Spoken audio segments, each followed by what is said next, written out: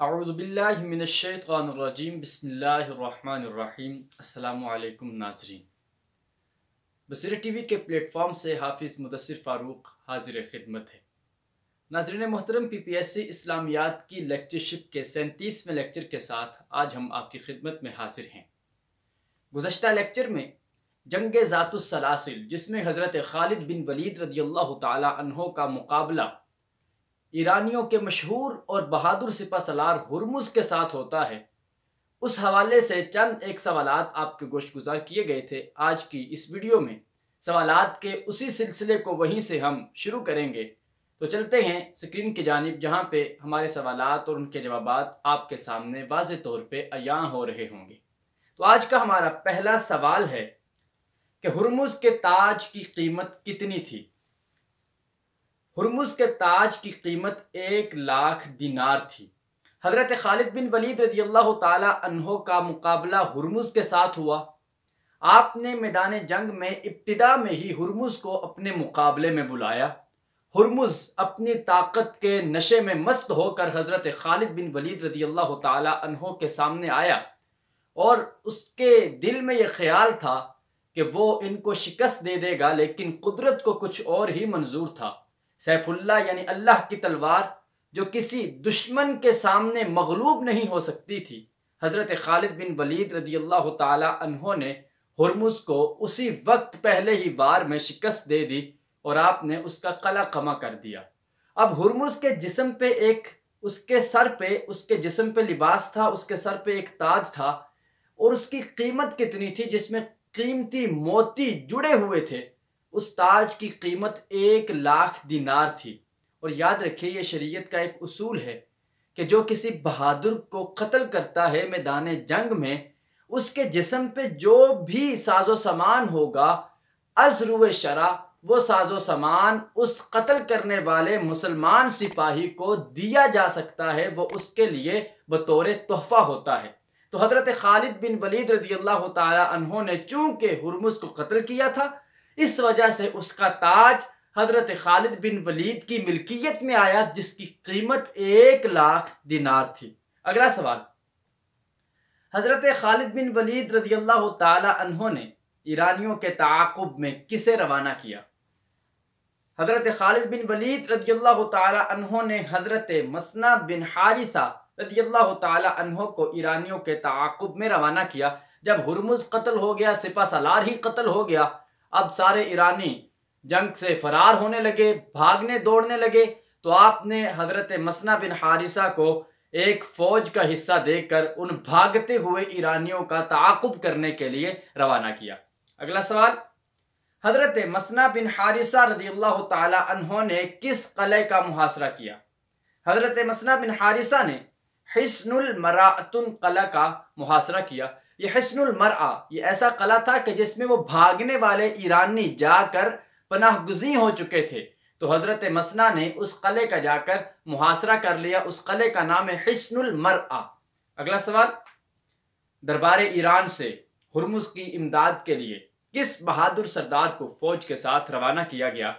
ایران کی سلطنت کی جانب سے قارن نامی سردار کو ہرمز کی مدد کرنے کے لیے روانہ کیا گیا، لیکن اس کے ابھی پہنچنے سے پہلے ہی ہرمز وہ واصل جہنم ہو چکا تھا۔ حضرت خالد بن ولید رضی اللہ تعالی عنہ کی تلوار کے ہاتھوں سے اس کا قلع قمع ہو چکا تھا۔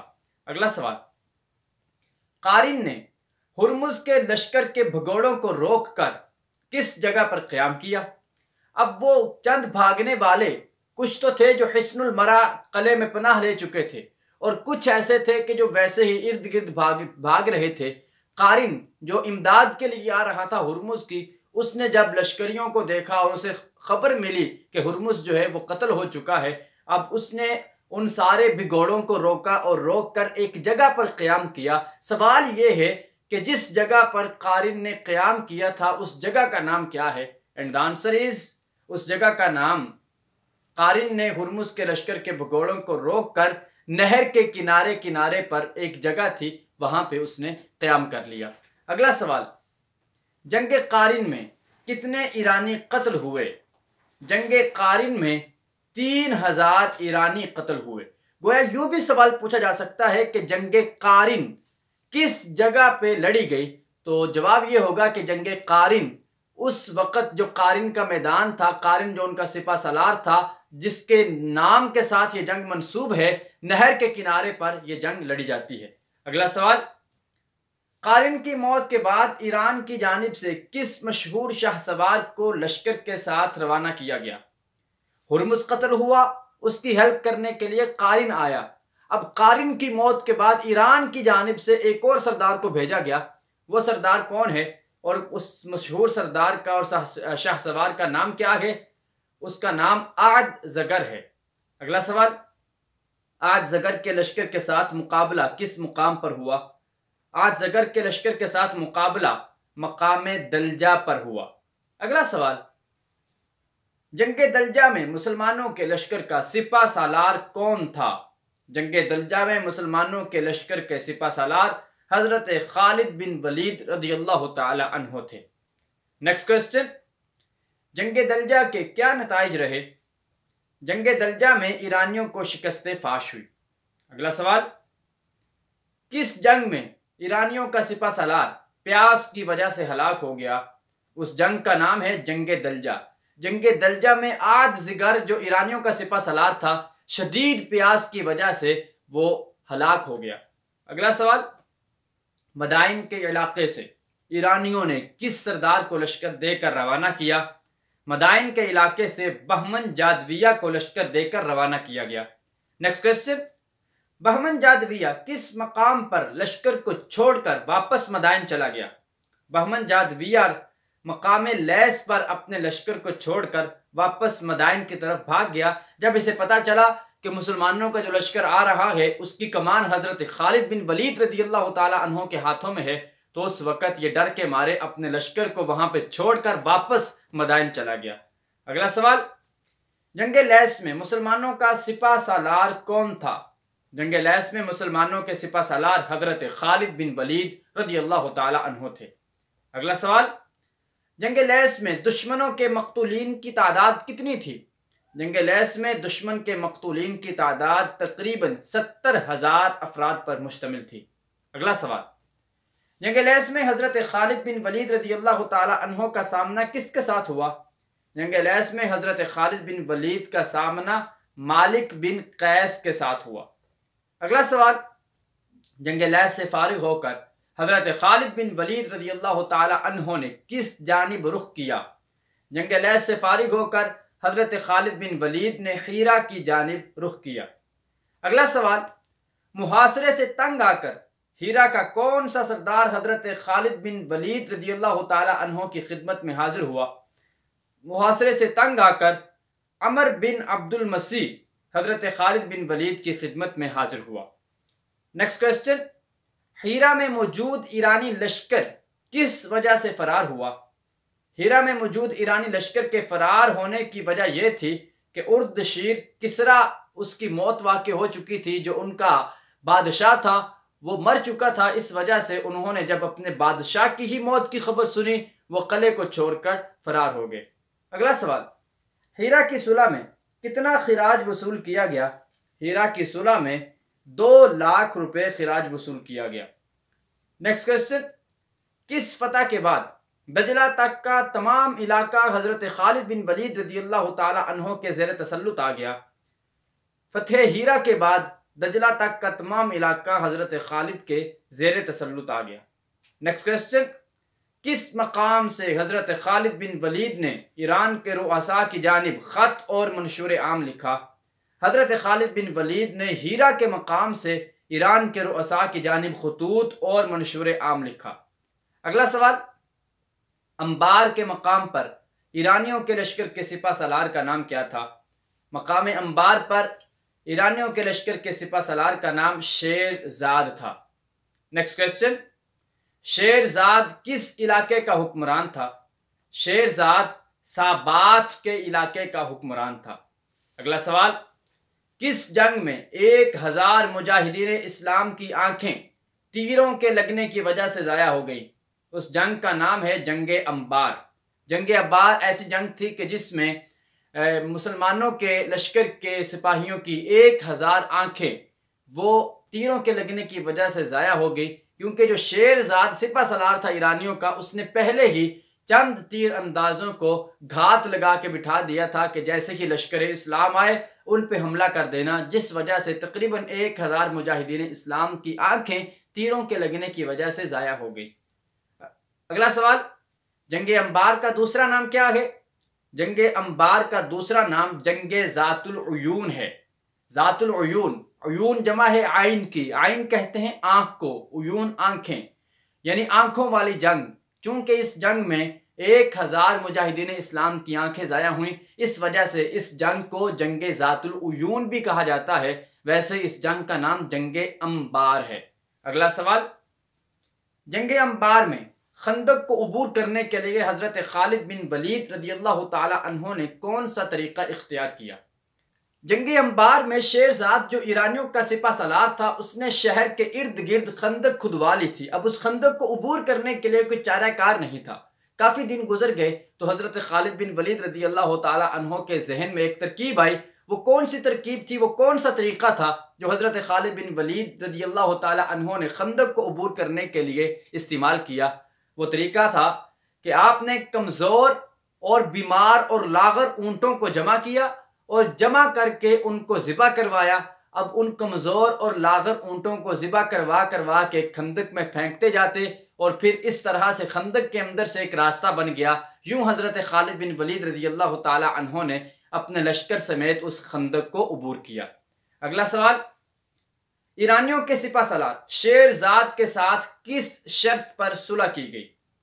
شیرزاد کے ساتھ سلوک کرنے کے لیے شرط یہ طے پائی کہ 3 دن کا سامان رسد لے کر جہاں جانا چاہو جا سکتے ہو، لیکن اس کے علاوہ اگر چوتھے دن کا سورج طلوع ہوا تو پھر جانے کی اجازت نہیں ہوگی۔ نیکسٹ کوسچن، مقام عین التمر میں کس سردار نے ایرانیوں کا ایک لشکر عظیم اکٹھا کیا؟ عین التمر کے مقام پر مہران بن بہرام نے ایرانیوں کا لشکر عظیم اکٹھا کیا۔ نیکسٹ کوسچن، مقام عین التمر میں ایرانیوں کے لشکر کی تعداد کتنی تھی؟ مقام عین التمر میں ایرانیوں کے لشکر کی تعداد 24,000 افراد پر مشتمل تھی۔ اگلا سوال، مقام عین التمر میں اہل عرب کا لشکر لے کر کون سا سردار خیمہ زن ہوا؟ اہل عرب کا لشکر لے کر عقبہ بن ابی عقبہ وہ آیا اور میں اس مقام عین التمر میں خیمہ زن ہوا۔ اگلا سوال، حضرت خالد بن ولید رضی اللہ تعالی عنہ نے انبار شہر کا حاکم کسے مقرر کیا؟ حضرت خالد نے زیرقان بن بدر رضی اللہ تعالی عنہ کو انبار شہر کا حاکم مقرر کیا۔ جب آپ کو خبر ملی کہ مقام عین التمر میں یہ لشکر جمع ہو چکا ہے، جس میں عربوں کی طرف سے عقبہ بن ابی عقبہ اس لشکر کی کمان لیے ہوئے ہے اور دوسری طرف سے ایرانیوں کا سپہ سالار بھی اس میں موجود ہے اور اس کے پاس بھی 24,000 کی تعداد میں لشکر موجود ہے، تو حضرت خالد بن ولید نے انبار کا قلعہ وہ اپنے ایک زیرقان بن بدر نامی سپاہی کے سپرد کیا، اسے حاکم بنایا اور خود آپ مقام عین التمر کی طرف متوجہ ہو گئے۔ اگلا سوال، مقام عین التمر میں سب سے پہلے اسلامی لشکر کا مقابلہ کس نے کیا؟ سب سے پہلے اسلامی لشکر کا مقابلہ عقبہ بن ابی عقبہ نے کیا۔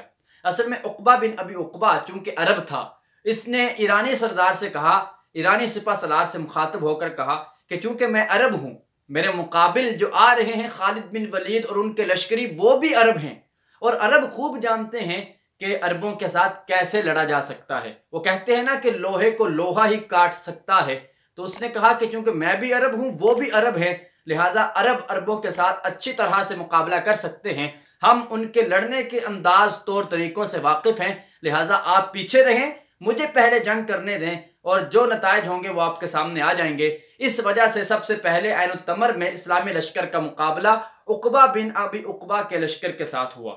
اگلا سوال، عقبہ کے ساتھ کیا سلوک ہوا؟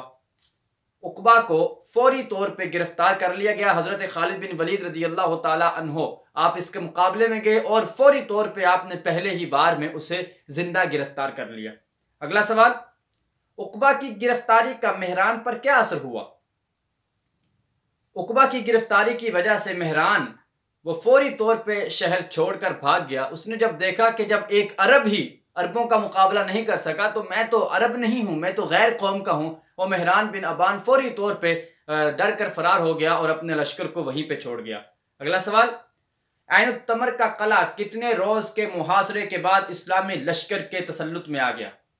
عین التمر کا قلعہ 4 دن کے محاصرے کے بعد لشکر اسلامی کے تسلط میں آ گیا۔ اگلا سوال، حضرت عیاض بن غنم رضی اللہ تعالی عنہ نے حضرت خالد بن ولید رضی اللہ تعالی عنہ کو خط کس لیے لکھا؟ حضرت عیاض نے اپنی امداد کے لیے حضرت خالد بن ولید کو خط لکھا۔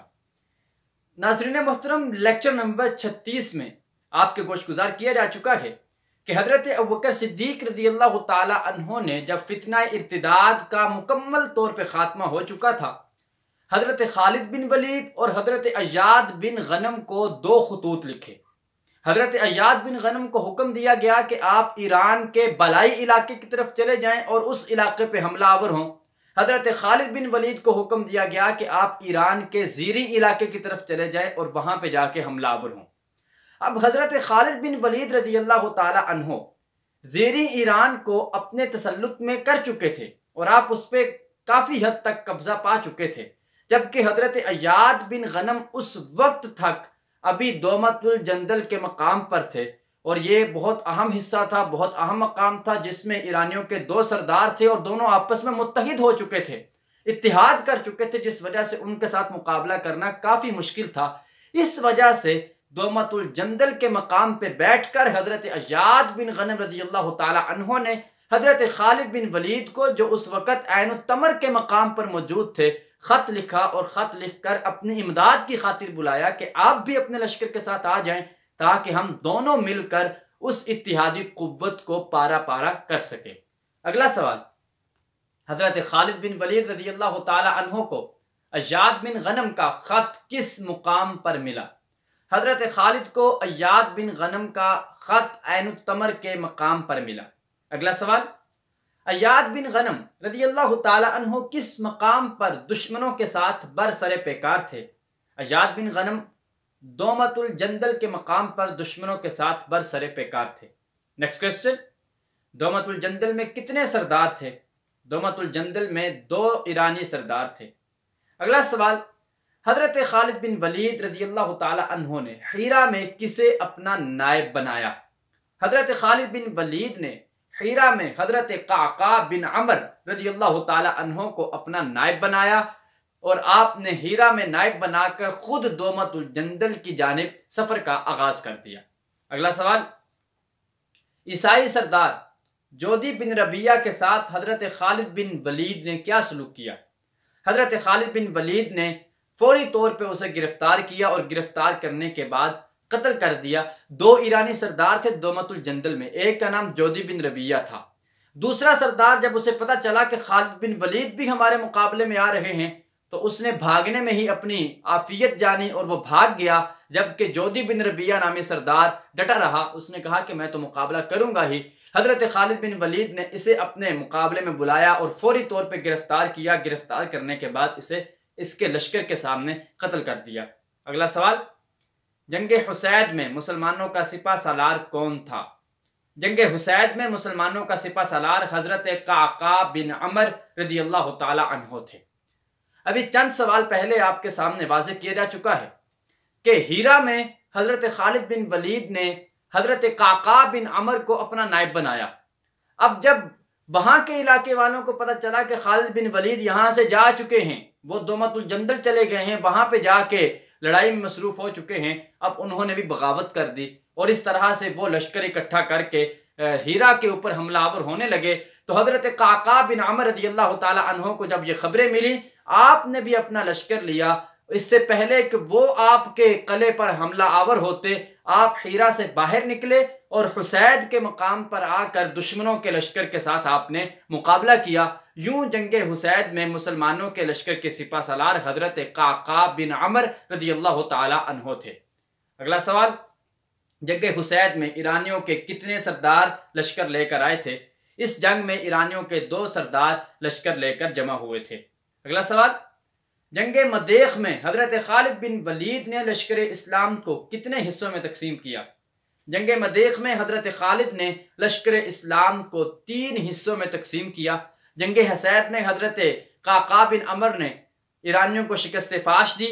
اب وہ بھاگ گئے، بھاگ کر وہ مقام مدیخ میں جمع ہوئے۔ اس وقت تک حضرت خالد بن ولید دومت الجندل سے فارغ ہو کر واپس تشریف لا چکے تھے۔ واپس آئے، آپ نے دوبارہ سے سپہ سالاری کو اپنے ہاتھ میں لیا۔ پھر آپ نے لشکر اسلام کو 3 حصوں میں تقسیم کیا، تینوں کے راستے بھی الگ الگ بنائے، یعنی ایک مشرق کی طرف سے آئے، ایک مغرب کی جانب سے آئے، ایک جنوب کی طرف سے آئے، اس طرح سے کہ تینوں اطراف سے دشمن کے لشکر پر حملہ کیا جائے تاکہ انہیں سنبھلنے کا بھی موقع نہ ملے۔ یوں اس جنگ میں مقام مدیخ والی جنگ میں حضرت خالد بن ولید رضی اللہ تعالی عنہ نے لشکر اسلام کو 3 حصوں میں تقسیم کیا، اور ان کی اطراف، ان کی جہات، ان کی سمت، ان کی ڈائریکشن بھی آپ نے مختلف رکھی۔ اگلا سوال، کس جنگ میں غلطی سے 2 مسلمان لشکر اسلام کے ہاتھوں شہید ہوئے؟ اس جنگ کا نام ہے جنگ مدیخ۔ جنگ مدیخ میں 2 مسلمان ایسے تھے کہ جو مجبوراً ایرانیوں کی جانب سے آئے تھے، لیکن در حقیقت وہ اسلام قبول کر چکے تھے، وہ اپنا اسلام چھپاتے تھے، اور اس وجہ سے غیر دانستہ طور پر لشکر اسلام کی جانب سے انہیں شہید کر دیا گیا۔ اگلا سوال، جنگ مدیخ میں دشمنوں کے کتنے سردار تھے؟ جنگ مدیخ میں دشمنوں کے 2 سردار تھے۔ نیکسٹ کوسچن، جنگ فراد میں مسلمانوں کے مقابل کون تھا؟ جنگ فراد میں مسلمانوں کے مقابل رومی لشکر تھا۔ جنگ فراد سے پہلے جتنی بھی جنگیں ہوئیں، ان تمام میں مسلمانوں کا مقابلہ ایرانیوں کے ساتھ ہوتا رہا۔ اب یہاں سے جنگ فراد سے ایک نئے چیپٹر کا آغاز ہو رہا ہے، ایک نئی فتح کا آغاز ہو رہا ہے، اور وہ فتح ایرانیوں کے خلاف نہیں بلکہ رومیوں کے خلاف ہے۔ جنگ فراد وہ پہلی جنگ ہے جس میں مسلمانوں کا سامنا رومی لشکر کے ساتھ ہوا، اور جنگ فراد میں مسلمانوں کے مقابل رومی لشکر آیا تھا۔ اگلا سوال، فراد کا مقام کس دریا کے کنارے واقع تھا؟ فراد کا مقام دریائے فرات کے کنارے واقع تھا۔ دریائے فرات کے ایک کنارے اسلامی لشکر تھا اور دوسرے کنارے پہ رومی لشکر تھا۔ رومیوں نے خط لکھا، پیغام بھیجا کہ یا تو آپ دریا عبور کر کے ہماری طرف آ جائیں یا ہمیں آنے دیں تاکہ ہم دونوں دریا کے ایک جانب ہو کر جھگڑا کریں۔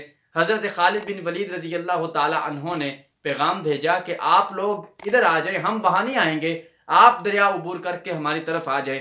رومی لشکر پھر دریا عبور کر کے، دریائے فرات کو عبور کر کے حضرت خالد بن ولید رضی اللہ تعالی عنہ کے لشکر کی جانب آیا تھا، اور یوں دریائے فرات کے کنارے پر یہ جنگ فرات لڑی جاتی ہے۔ اگلا سوال، جنگ فرات کا کیا نتیجہ رہا؟ جنگ فرات میں رومیوں کو شکست فاش ہوئی اور کثیر تعداد میں رومیوں کے لشکری وہ جاں بحق ہوئے۔ ناظرین محترم، اس کے ساتھ ہی ہمارے آج کے اس لیکچر کا دورانیہ مکمل ہوا چاہتا ہے۔ انشاءاللہ العزیز اگلے لیکچر میں مزید نئے سوالات کے ساتھ اور ان کے جوابات کے ساتھ آپ کی خدمت میں حاضر ہوں گے۔ تب تک کے لیے ہمیں اجازت دیجیے۔ اللہ رب العالمین ہم سب کا حامی و ناصر ہو۔ والسلام۔